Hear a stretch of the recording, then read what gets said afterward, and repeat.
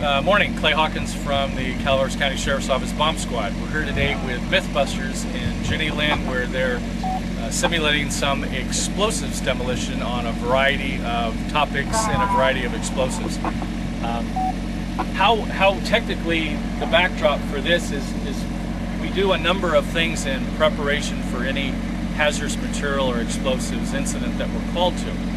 One of the most important things we do is do a threat vulnerability assessment in terms of what kind of a device we may have, its explosives potential, and what kind of impact it could potentially cause to the local residents.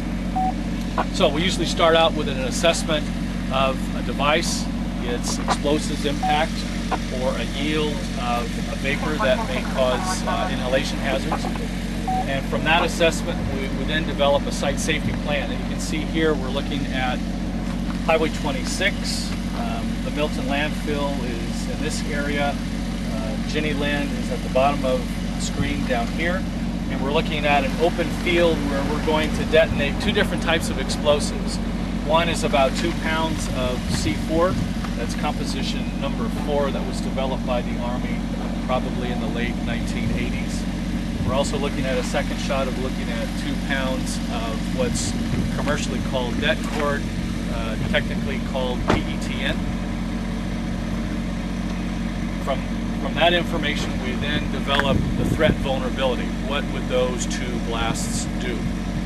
We run 2 different models. Model number 1, we look at 2 elements of a blast. The first is overpressure, and that's the punch that an explosive would yield and knock things around. The second is fragmentation. Fragmentation is pieces of rock, the device, and anything around it that it scoops up in a blast wave and propels it outward at 365 degrees.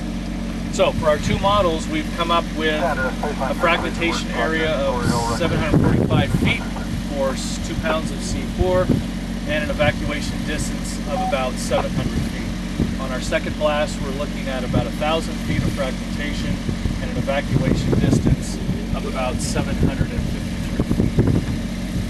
Why do we do this? This is critically important for us in an overall tactical plan because we need to know a couple things. One, what would an explosive blast do in terms of the area? And second, what kind of potential harm would it inflict? So based on these 2 models, we know how far to evacuate people to protect them from the overpressure and the fragmentation. So you can see we're sitting here in a little house that's overlooking south of us into an open field. We're at about 1,700 feet.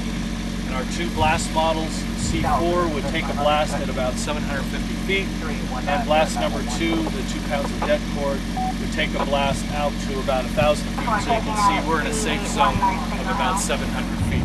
And this is classically what we do when we're on scene of a live incident to determine evacuation.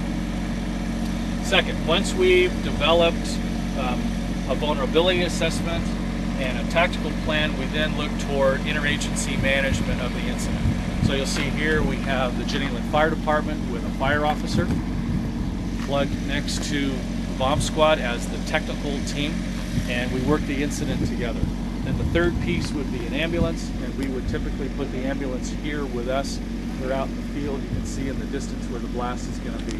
They're looking at how mushy the ground is and if they need to go out, what their access would be. So we work things interagency. We share programmable radios with tactical channels. So from the incident command post, we could talk to a bomb tech in a bomb suit on the scene over a device. We could talk to an ambulance that if some kind of a medical emergency happened, we could dispatch an ambulance in. And thirdly, we could talk to a fire unit in the cab of the engine to give him instructions if he needed to go in and do an initial attack on fire. So we run technical analyses, interagency management, and then develop tactical plans, all in this environment that's constantly changing as wind speed, overcast, temperature, relative humidity. As all those change, our tactical plan could go 360 degrees opposite. So this gives you kind of an overview of how we would manage an explosives incident from not only the medical emergency point of view, but fire response, and then the tactical plan itself.